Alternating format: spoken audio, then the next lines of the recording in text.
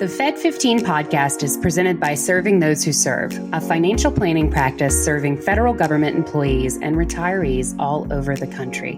This podcast is for informational purposes only and is not intended to be taken as financial advice.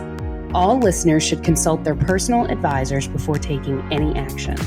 The opinions expressed by our hosts are their own and do not reflect the views, policies, or position of either Raymond James or Serving Those Who Serve. Securities are offered through Raymond James Financial Services, Inc., member FINRA SIPC. Investment advisory services are offered through Raymond James Financial Services Advisors, Inc. Serving Those Who Serve is not a registered broker-dealer and is independent of Raymond James Financial Services, Inc. Welcome to this week's episode of the Fed15 podcast presented by Serving Those Who Serve. Each week, we'll discuss the latest news and info that Feds need to know in 15 minutes or less. Sometimes more. You never know. So whether you're a seasoned federal employee or whether you are just starting out in your career, Fed15 has got you covered. Grab your coffee, kick back, and we will tell you what you need to know but might have missed during the week. We are your hosts, Katelyn Murray, and I am joined by the exuberant Mr. Dan Sipe. I am fairly a quiver. Well, no. I mean, that's a big day for you. Well, anybody who listens knows that, you know, I'm a geek for the Tour de France. I'm a geek for the Olympics, which, fun fact, Katelyn, for the first time in its history, the Tour de France will not end in Paris. Where's it ending? Nice. Oh. And the reason is Paris getting ready for the Olympics. So, that's it all makes sense. Tadej Pogačar is almost 4 minutes ahead. That's a lot, you know, but Jonas Vingegaard is really good in the mountains, so anything's possible. But I think that's a good lead that can hold up, especially since Jonas was thrown from a bike and had a punctured lung 6 months ago. So I think the very fact that he's in the Tour is amazing. So tell me when I need to turn my TV on to watch the Tour de France, because you are my sole lifeline to this information, to be fair. Okay, well, the best place to go is Peacock, and they do a daily recap. What you'll get with that, which is what I think makes the Tour de France one of the most telegenic sports there is, you'll get to see those amazing flyovers. You know, where they're going through fields and towns that, you know, go back to the 1600s and the 1500s and the 1400s and the 1200s. That just always, and I know this makes me out to be a Neanderthal, which I accept that I am, but it's like an old place for us. It goes back to the 1800s. Yeah. You know, yeah. So here you are, you live in a suburb in France and there's a building from 1066 in the Norman Conquest. For sure. Yeah, my house is built in 1937 and it's like old by American standards. Yeah, I feel that way every time I go to Scotland. I'm like, oh, okay. It's a classic. But actually in this moment, I have this interesting situation where I am not most excited about the Tour. I am not most excited about the Olympics. I'm actually most excited about the Paralympics. And so, yes, that is the Olympic Games for people with physical challenges and disabilities. And those of you regular listeners know that my son is a coach. He coaches shot put, discus, and hammer. Does it at school, also does it privately. And a young lady that we met a couple of years back is a para competitor. And she came to him and asked him to be her coach in her quest to make the team and go to Paris. So I'm super excited. You know, 5:30 today, I'll be watching on Peacock. Yes, even the Paralympic Games are on Peacock. So Colin Sipe, Coach Viking, and his athlete Sam will be going for that. And that's going to mean that my bouncing baby boy has a shot of seeing Paris before I do. Which is crazy to me. Well, no, it's awesome. It's really awesome. And I've already had this conversation. It's very exciting for Colin, but I'm very narrowly focused. I read about Fed stuff. That's what I do.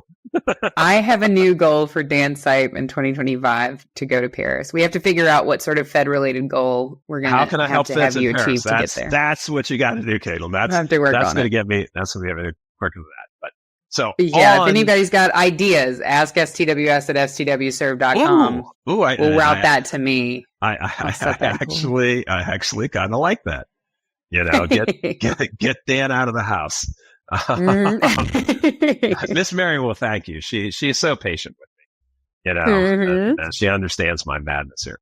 So, but on that front of helping feds, they have some great articles, and one's a little bit of a peeve for me here, Katelyn. So I'm going to cover the topic and then I'll vent a little bit. So, Merit System Protection Board. Basically, it exists to deal with issues like wrongful termination, workplace discrimination, things like that. So demotions, grade reductions. Well, it's a 3-person board. And the problem is, for the better part of a year, there was only one. So they had a quorum. They couldn't do a lot. They appointed a second person. I'll get to my thoughts on when there's 3 and you only have 1. And really happy you got 2. But as a result, it's created some backlogs. So it's taking a long time to grind through because federal government is a super employer. So if you have 2.2 million active, you're going to have a certain number of situations where an individual feels they were subject to discrimination or improper handling or that type of thing. So you kind of have to have this running and set up and ready to go at all times. Yeah. So there's, and God love them, I'm applauding the people on the board right now because the current 2-member quorum is actively reducing the backlog, aiming to resolve the 1,000 oldest cases. I'll say that again, the 1,000 oldest cases by the end of 2024. Okay. So yes, applause for those 2 hardworking members. If you happen to be affected by this, our writers have some pretty good best practices. If your case involves unequal pay, grade reductions, wrongful terminations, this is going to sound really weird and even a little self-serving. So you don't have to think about us when you do this, but safeguarding your assets and your finances is pretty important. Yeah. So if you don't have a relationship with a certified financial planner, financial advisor, might not be, it doesn't have to be us. We're happy to be it, but it doesn't have to be us. Might not be a bad idea to get that pro in the mix. Okay. Yeah. Because number one, they're going to help you where you're going through this part of the process, keeping everything in order and on track. And then they can also be there to help you manage, back pay, any additional benefits that are paid to you. So not a bad idea, but, stay tuned in with us. We will continue to cover this. But we are certainly not the only source. The Federal News Network, shout out to them. We love them, have a great relationship with them. Fed Week, Government Executive, FedSmith. There are a lot of great sources. You can always watch for us in the Fed Zone. We're going to stay on top of these things to make sure. The backlog is absolutely frustrating and unfair for the people affected. Okay. But you don't have to feel completely powerless. There are steps that you can take care of yourself right now. If you feel we can be a part of that, we're happy to do so. Reach out to us. But by all means, look after yourself. Now for my rant. Okay. This is a 3-person panel, Katelyn. 3, 1, 2, 3. Okay. Yeah. There's 2 of us on here. 1, 2. Okay. So if we added a 3rd person, we would be 3. And how would I add a 3rd person? I would say, hey, you want to come on our podcast? So I realize there's more to it than that because we need nominations and we need confirmations. So I haven't looked into this. I'll be the first to say I've not looked into this, but I'm gonna. If we got a nominations problem, hey, let's look around, nominate some people. If we have a confirmations problem, hey guys, stop disagreeing on every single thing under the sun, including proper temperature of tea. Yeah. And get some confirmations through here because this is an important job and feds should not come in last. I'm sorry, they shouldn't. Okay. They're making everything run, including the Hill, including the White House. There are feds all around you making everything run. So don't make them last. You know what happens, Katelyn. You know what happens next. Okay. The black t-shirt comes out. The black Go into t-shirt. The closet to get that black t-shirt. I got it. Don't make me do this. So pretty please with sugar on top. executive branch, legislative branch. Let's get a third person in there.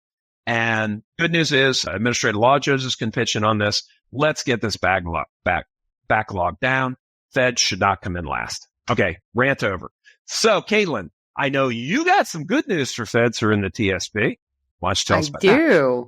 I do. We've got, again, from Jen Meyer, keeping us up to date on the TSP kind of roundup. We've got our June roundup coming in here.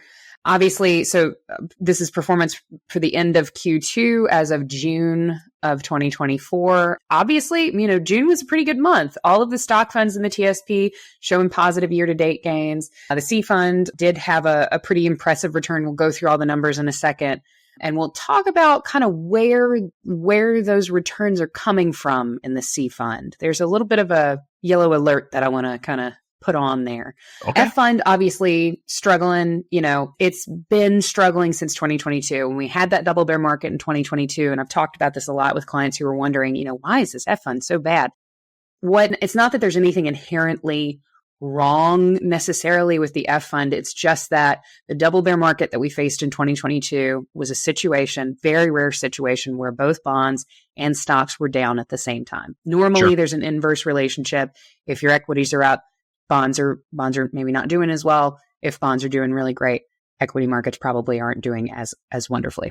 But in 2022, we had a rare double bear market when both equities and bonds were down at the same time, fixed income, if you will. So the problem is that while equity positions, stocks are made to sort of have that volatility, right? Volatility in the stock market is nothing new. We've seen it for a really long time. It sort of is part of investing, right?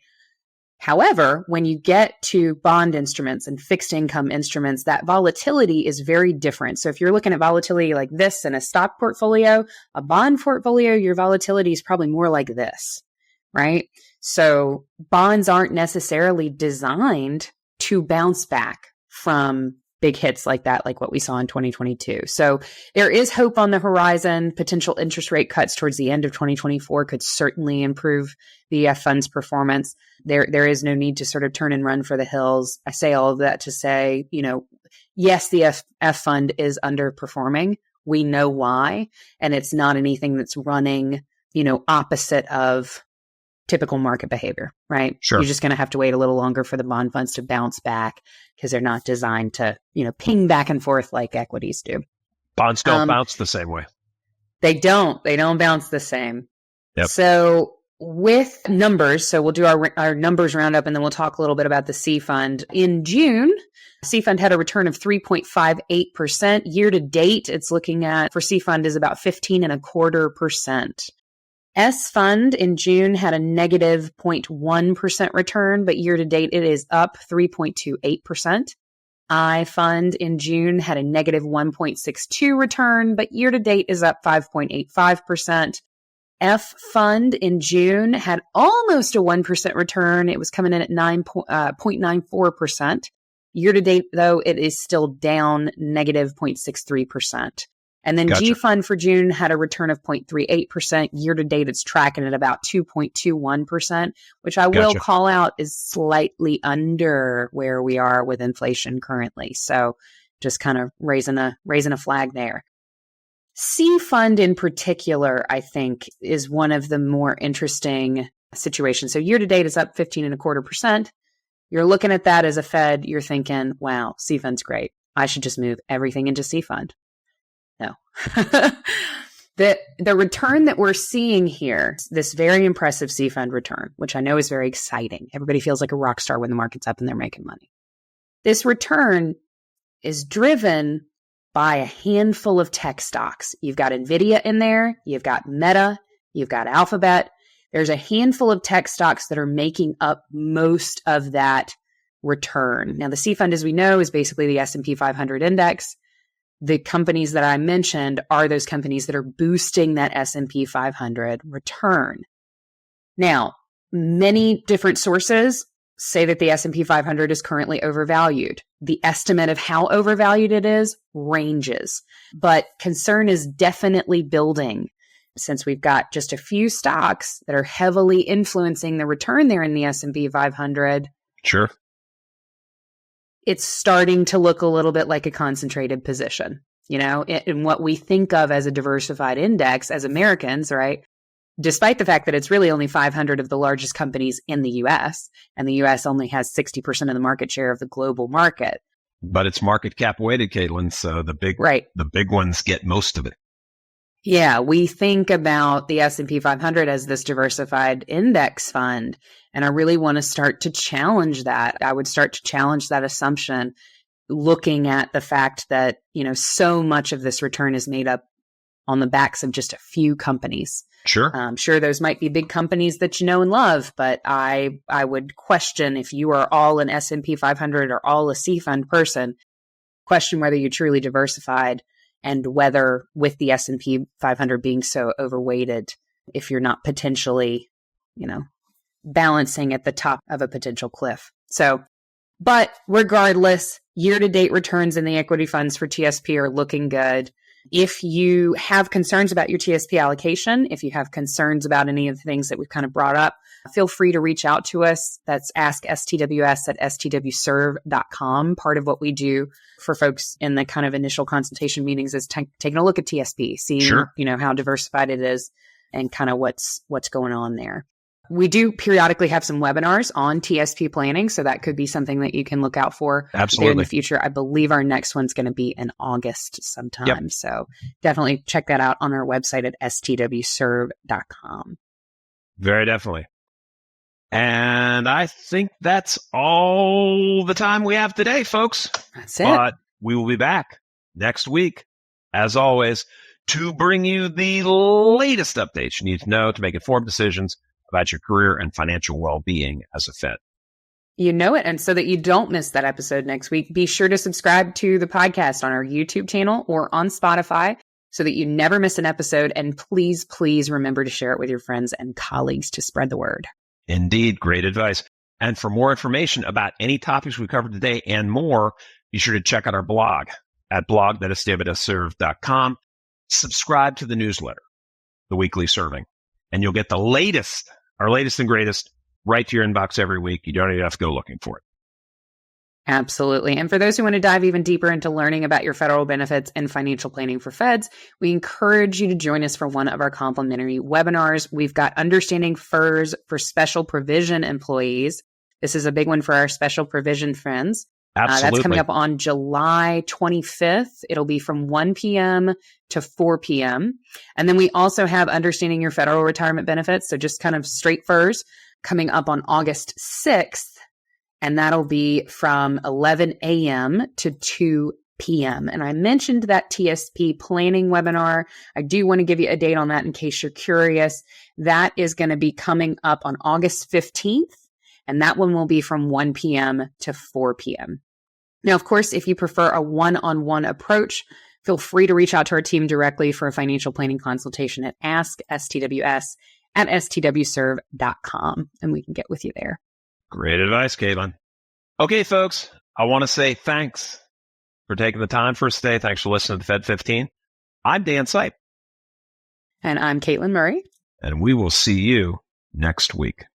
And we've got to get Dan to Paris, everybody. Work with me on it. Okay. Show me a way that I'm helping feds by going there. I'm there tomorrow. Let's do it.